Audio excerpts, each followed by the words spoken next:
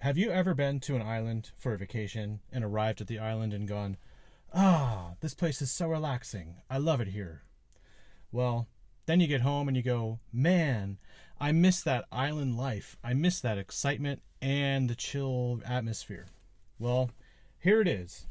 You can get that same island life in the 2016 Chevy Cruze Premier. Let me show you.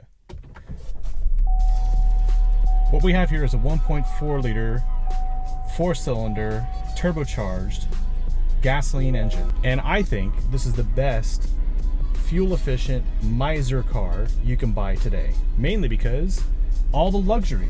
It is insane. So let's take it for a ride. I have a backup camera. I have GPS. I have auto climate control. I have heated seats front and rear. I have a real sunroof. I have rear seats that fold down completely.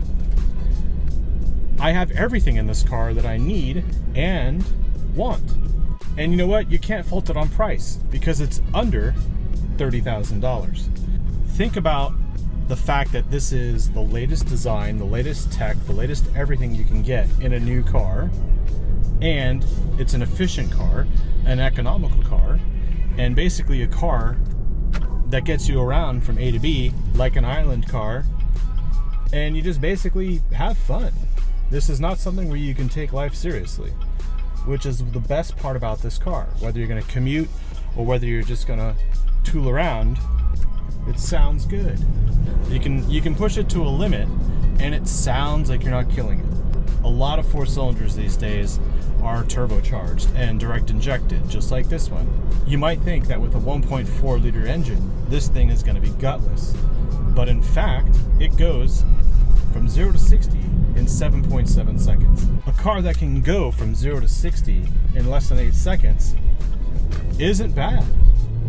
In addition to that, this thing has more space inside than the previous generation. I have a lot of legroom in back for a car this size. I have a massive trunk for a car this size, and it's still just the right size for someone like me who wants to just have a car for myself. I only have a few problems with this car. Number one is the temperature display for the auto climate control isn't bright enough on a sunny day. I can hardly make out what temperature that is. While the driver's seat is powered, there is no lumbar support. But you know what? I don't care. I find myself not caring. The first thing you don't really care for is the transmission, because even though this isn't automatic, it really feels like a CVT. Also, the steering is very vague. It's really light. It's hard to stay in a straight line, basically on a windy day, and actually there's a lot of understeer. But you know what? This is not a car you push hard. This is a car you just tool around in. And for tooling around or getting to work and back or just having a nice day, you're just a pleasant person in a pleasant car, you can't complain. There's no reason to complain about it. So I won't. The interior looks great. In addition to heated seats front and rear, I also have a heated steering wheel.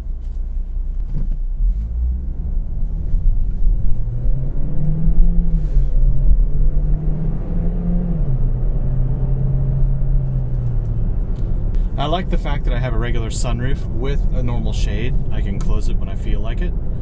I like the interior. This Kalahari color is awesome. It's the only color I would choose on this Cruze. The exterior you can get with the available RS package, but I think that only looks appropriate in a white or black color, not this tungsten color that we have on this one, which looks good. Overall, this is the kind of car that's turnkey. If you have a piece of crap car right now and it's just eating you alive in repairs with air conditioning or needs tires and brakes, and you're looking to outlay $2,400, why would you waste $200 a month to maintain that car when you can easily have one of these? I don't understand why some people just refuse to get out of their old pile of crap and into something that's new and refreshing and enlightening and just makes you happy. Listen to how quiet it is in here.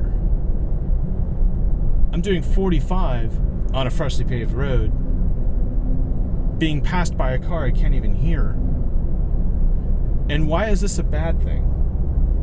There's nothing wrong with going to a Cruze. But when they first gave me the Cruze, I felt a little undignified. I felt ashamed and I felt embarrassed.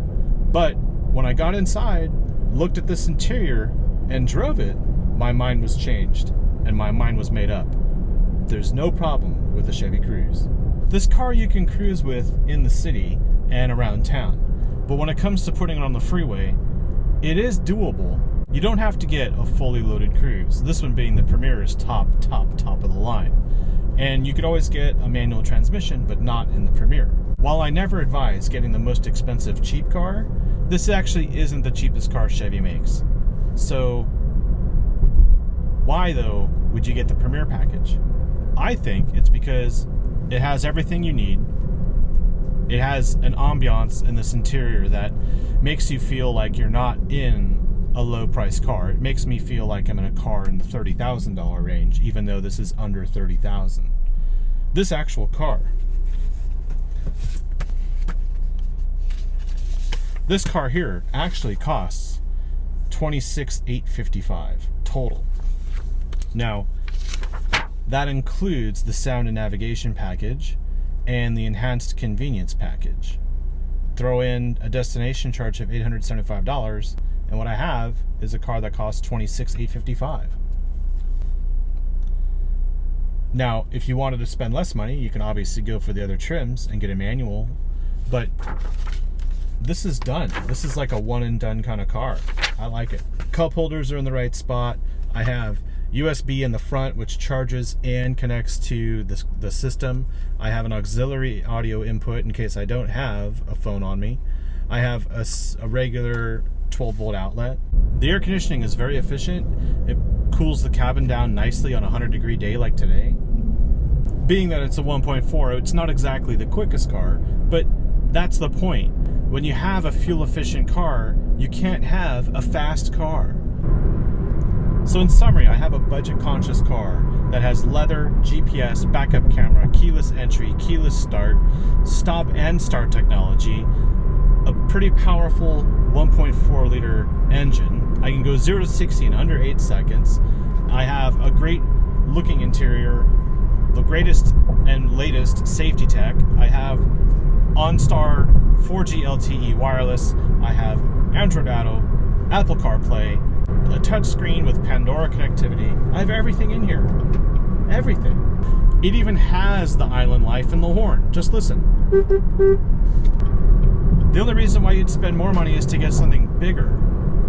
And if you get that, you're not going to get the efficiency. So really, a person who buys this car is looking for the efficiency, and they're budget-minded, budget-conscious. But at the same time, they're not immediately having to go look and get a Toyota, because why? You have this. The moment I got into this car, I put Pandora on and immediately went to the Bob Marley channel. I immediately went to Island Life music, and it's something that the car made me do. It's just the feeling of this car. And it's not the embarrassment I thought it was going to be. It's not a disappointment. It's actually a big shock and a big surprise. So if you're on the fence looking at other vehicles, I don't know why you'd waste your time. GM's really good at making niche cars, and this niche car, for being a budget-minded, economic-conscious car, has a lot of features in it. It has a lot going for it, and that's why I think you should put this on the top of your shopping list. So no matter who you are or what your budget is, I think even if this is a stretch for you, you'll still be happy with your choices. Thanks for watching.